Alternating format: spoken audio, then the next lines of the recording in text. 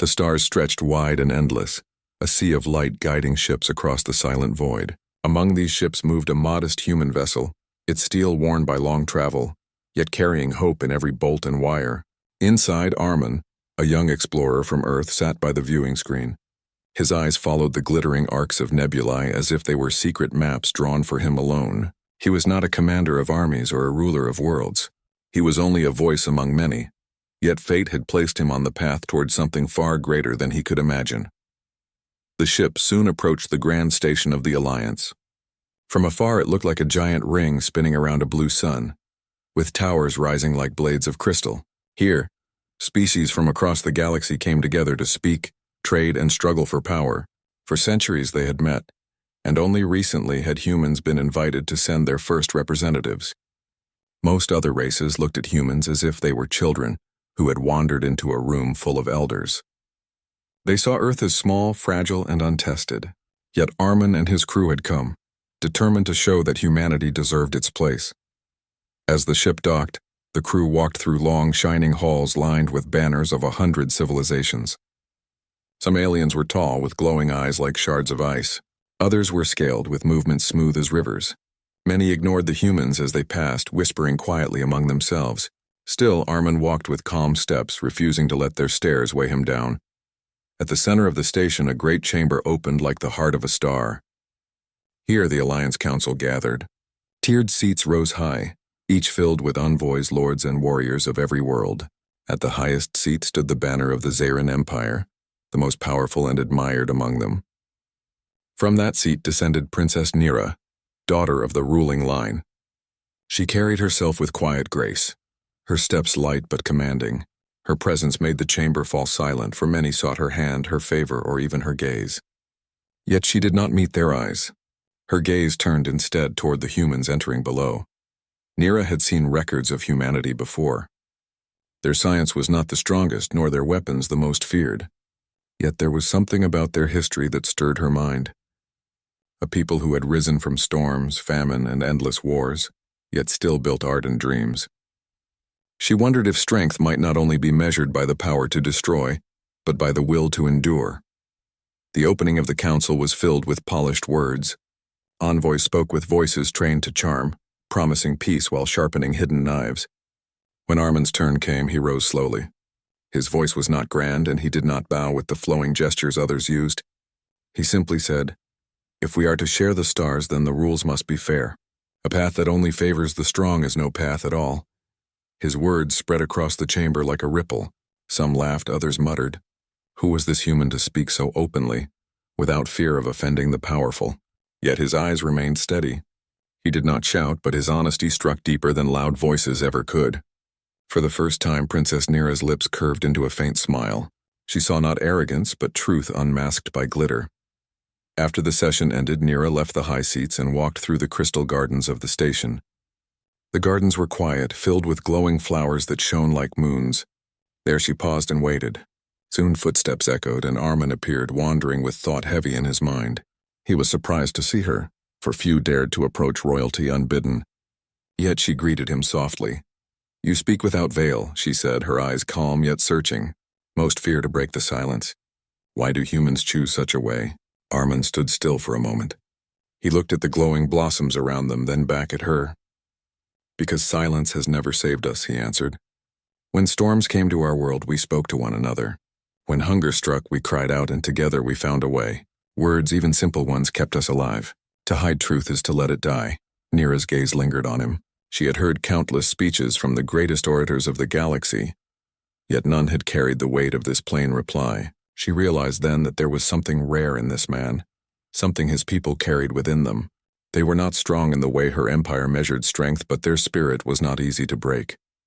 As Armin bowed slightly and walked away, Nira remained among the glowing flowers, her mind restless.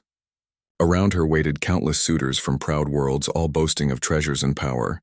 Yet her heart whispered of a fragile world called Earth and of a human who spoke without veil. The grand station turned slowly around the blue sun, carrying with it whispers of politics, rivalry, and desire.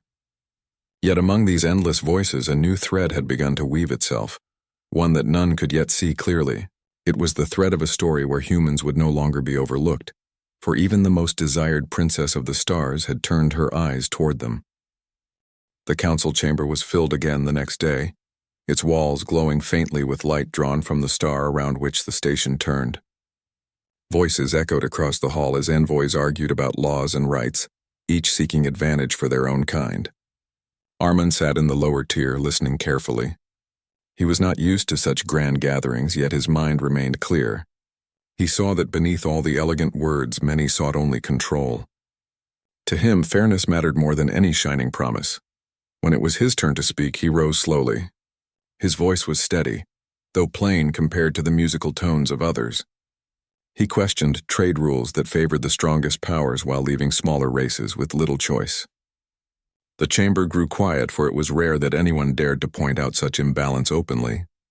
Some envoys frowned, others laughed softly, dismissing him as a naive human, yet a few leaned forward, surprised at his boldness. From the high seats, Princess Nira watched him closely. She had seen leaders cover lies with charm, but this human did not wear such masks. His honesty was sharp, and though many disliked it, she felt a strange sense of relief. It was as if someone had opened a window to let fresh air into a hall that had grown heavy with stale words. When the session ended, Armin stepped away from the hall, his thoughts still restless. He walked through the crystal corridors, unaware that eyes followed him. Princess Nira had chosen to leave her guards behind for a moment. She moved silently, her robes brushing against the glowing floor as she approached the station's gardens. The gardens were a place of peace, filled with flowers that shimmered like stars. Streams of clear water flowed between silver stones, and the air carried a gentle hum from hidden crystals. It was here that Armin paused, gazing at the strange beauty. He did not notice the princess until her voice broke the quiet. "You do not fear them," Nira said, her tone calm yet curious. Armin turned quickly, his eyes widening slightly as he recognized her. He bowed his head out of respect, unsure of the custom that should be shown. "I fear nothing that can be spoken with words," he replied. "Truth should not be feared, even when it brings trouble." Nira stepped closer, her gaze steady. "Most speak as if each word were a weapon. They shape it to win battles of pride, yet you speak simply without armor. Why is that?" Armin thought for a moment before answering. "Because where I come from, words are not just for winning. They are for building trust. If trust is broken, no law or contract can repair it. Our people have learned that silence and false speech can destroy more than any blade." His words struck her deeper than she expected. She had listened to thousands of speeches, but none had carried such plain weight. For a long moment she said nothing, only watched him with quiet interest. Finally she nodded. Perhaps simplicity holds more power than ornament. They walked together among the glowing flowers. Nira asked questions about Earth, about its skies and seas, its storms and seasons. Armin answered with care, painting pictures of green forests and wide oceans, of mountains rising beyond the clouds. She listened closely, her face calm, yet her mind stirred with images of a world unlike her own. At last, Nira stopped beside a tall crystal tree that shone like frozen light. "You know many desire me," she said softly. "They bring riches, ships, and promises, yet I find none of it moving. Tell me, human, do you desire such things?" Armin was silent for a moment. Then he shook his head. "I desire only what is true. Riches fade, power changes hands, and promises break. But truth once spoken stays. That is what matters." Her gaze held his, steady and searching. For the first time in many cycles, Princess Nira felt her heart stirred, not by flattery or gifts, but by words spoken without fear. She realized then that perhaps the galaxy had overlooked something rare, a people whose strength lay not in grand empires, but in the courage to face storms with honesty.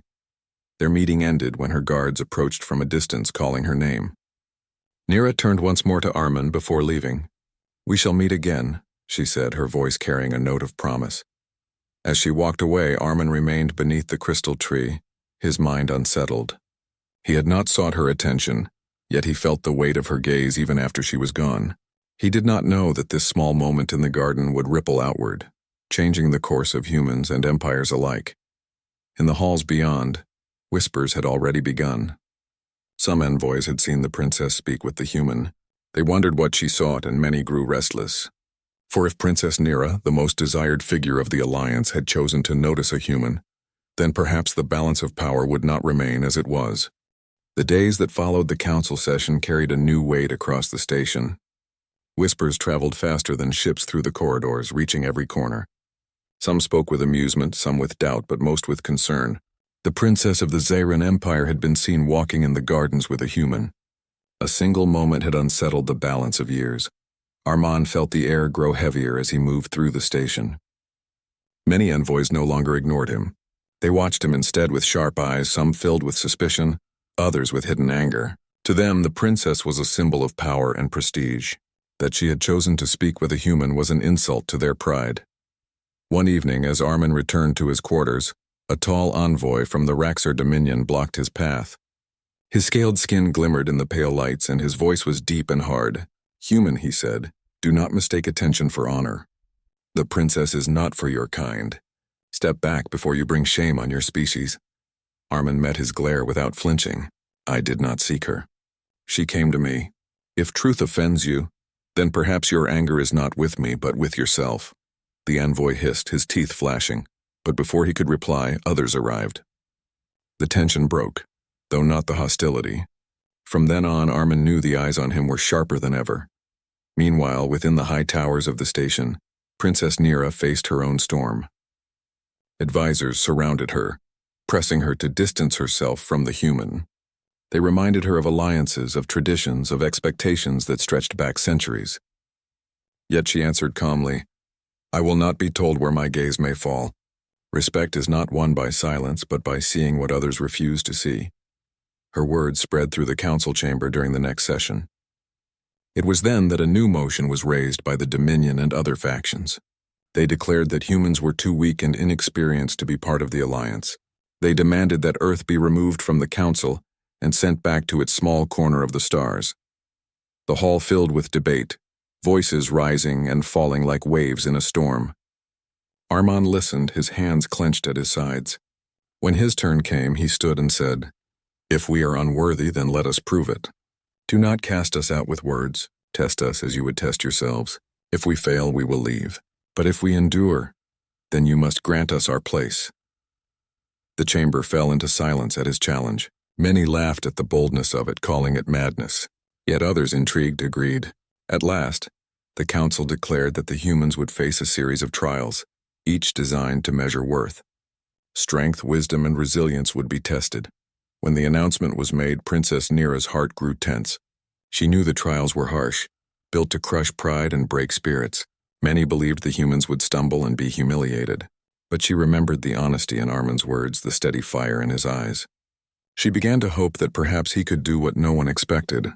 That night, the station was alive with preparation. Great machines were readied, puzzles of ancient knowledge were set, and chambers of danger were arranged. The trials would begin soon. Across the halls, voices spoke of wagers and predictions, most declaring the humans doomed. In his quarters, Armin sat with his small crew.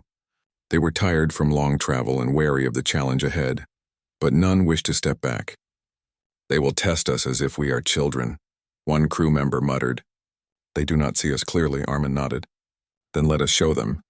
Not with anger, not with pride, but with what we have always carried, our will to keep going. That is the strength they do not understand." Far above, in her private chamber, Princess Nira stood by the wide window, gazing at the blue sun. Many had promised her victory, wealth, and dominion, but none had spoken with the quiet courage she had seen in a human's eyes. She whispered to herself, "Let them laugh now. Soon the trials will show what truth remains." The stage was set. The council had turned curiosity into challenge and the challenge into a weapon. Yet in their attempt to cast humans down, they had unknowingly given them the one chance to rise. And as the station turned in silence through the star-filled dark, two paths, human and princess, began to draw closer, bound by the weight of trials yet to come. The day of the trials came with the sound of drums and the glow of banners spread across the vast chamber. Every seat was filled, envoys leaning forward to witness the test that would decide the fate of the humans. The council had spoken, and the rules were simple. If humans endured and proved their worth, they would be allowed to remain among the alliance. If they failed, they would be cast out and remembered only as a fragile race that reached too far. Armin stood with his crew at the base of the arena. Around them, Lights pulsed across the walls, and the voice of the council announced the first challenge. It was a trial of knowledge, drawn from puzzles and questions collected across centuries. Tall pillars rose, each glowing with strange patterns of symbols. One by one, the envoys from other races stepped forward, using their ancient teachings and advanced machines to read the patterns with ease. Many believed the humans would stumble here, for their history in the stars was short. But Armin approached the pillar with calm. He studied the symbols, tracing the lines with his eyes. They were not familiar, but he saw connections in their shape, patterns that echoed numbers and cycles. Instead of rushing, he worked with his crew, each adding a thought. They spoke simply, piecing together meaning through shared insight. The other envoys watched with disbelief as the humans solved the puzzle, not with machines or ancient codes, but with teamwork and trust. The second trial followed swiftly.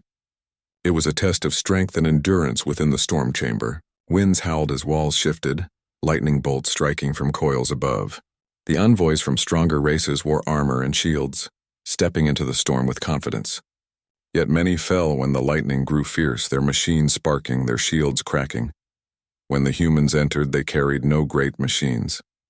Armin led his crew forward, holding ropes tied between them. The storm struck hard, forcing them to bend low, but they did not scatter. When one stumbled, another pulled him up. When the lightning flashed, they covered one another with simple shields made of layered fabric and metal scraps.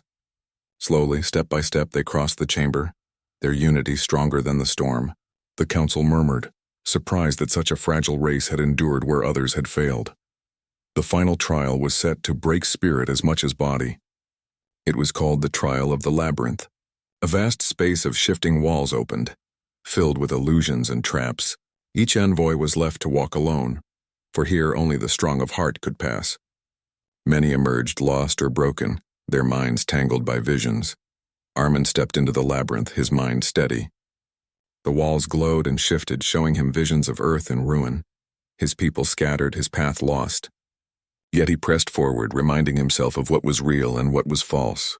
He whispered the names of his crew, holding on to their trust as a thread of truth. Where others lost themselves in illusions, he anchored himself in the memory of unity. Hours passed, but at last he stepped out of the shifting maze, weary yet unbroken. His eyes lifted toward the high seats where Princess Nira stood. For a moment, silence filled the arena. Then the council declared the humans had passed. Against all expectations, they had endured every test. The chamber erupted with mixed voices. Some shouted in anger, unwilling to accept the result. Others were silent, struck by the strength they had witnessed. And through it all, Princess Nira's gaze never left Armin. She had seen in him what she had always believed.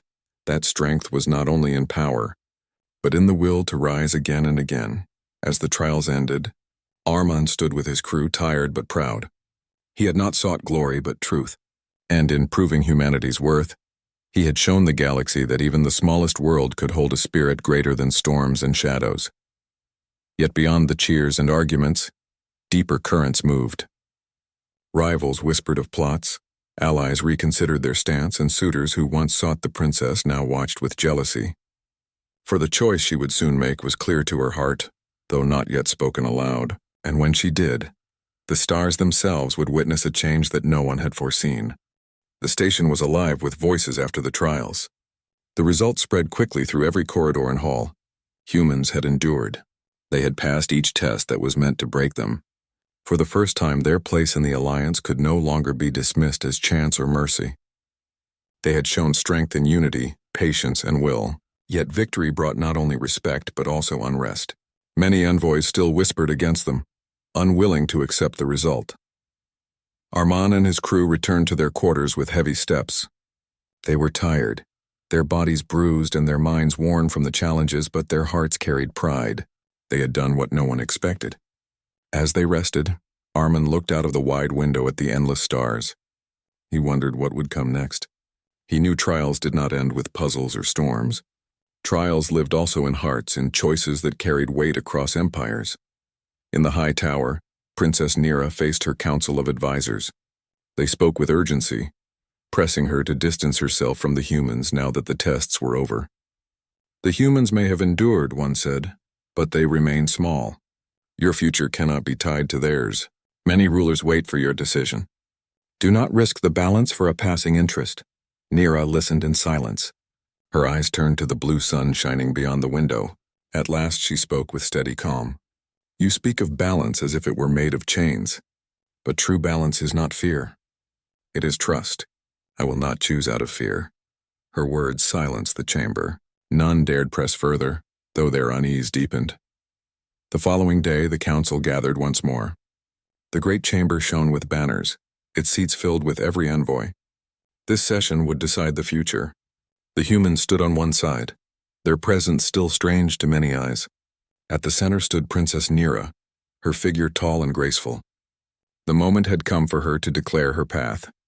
The speaker of the council called for silence and the hall grew still. The trials are complete, the voice rang. The humans have endured. Their place in the alliance is recognized. Yet a greater question remains. Princess Nira, heir of the Zarin Empire, your choice will guide more than your own world. Who shall you stand beside? The air grew heavy.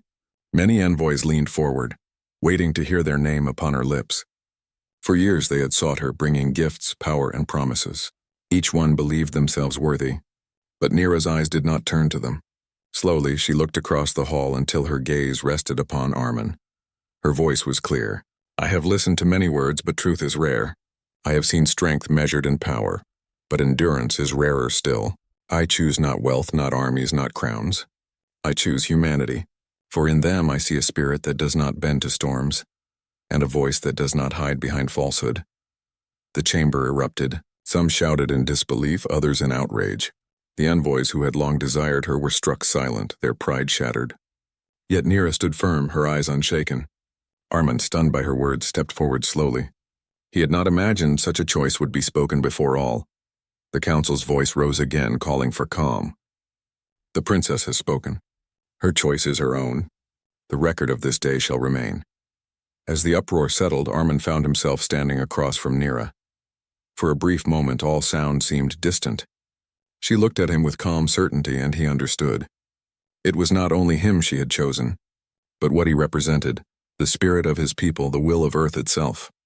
Later, when the chamber emptied and the stars shone beyond the great windows, Armin and Nira walked together in the quiet gardens. The glowing flowers shimmered as if listening. Nira spoke softly. You wonder why I chose you? It is simple. Among all who came to me with promises, you alone brought truth, and that truth is worth more than any empire. Armin bowed his head, his voice steady. Then I will carry it with respect. Not for myself alone, but for my people. We may be small, but we will not fail the trust you have given. The garden fell silent except for the sound of water flowing between silver stones. Above them, the blue sun lit the crystal leaves, and the stars beyond glimmered like endless witnesses. Thus, the story of a human and a princess began, not with crowns or riches, but with honesty and endurance. In a galaxy where power often silenced truth, one choice changed everything. Humanity, once overlooked, now stood admired. And in the eyes of Princess Nira, Armin saw not only her trust, but the promise of a future where humans would no longer walk unseen among the stars.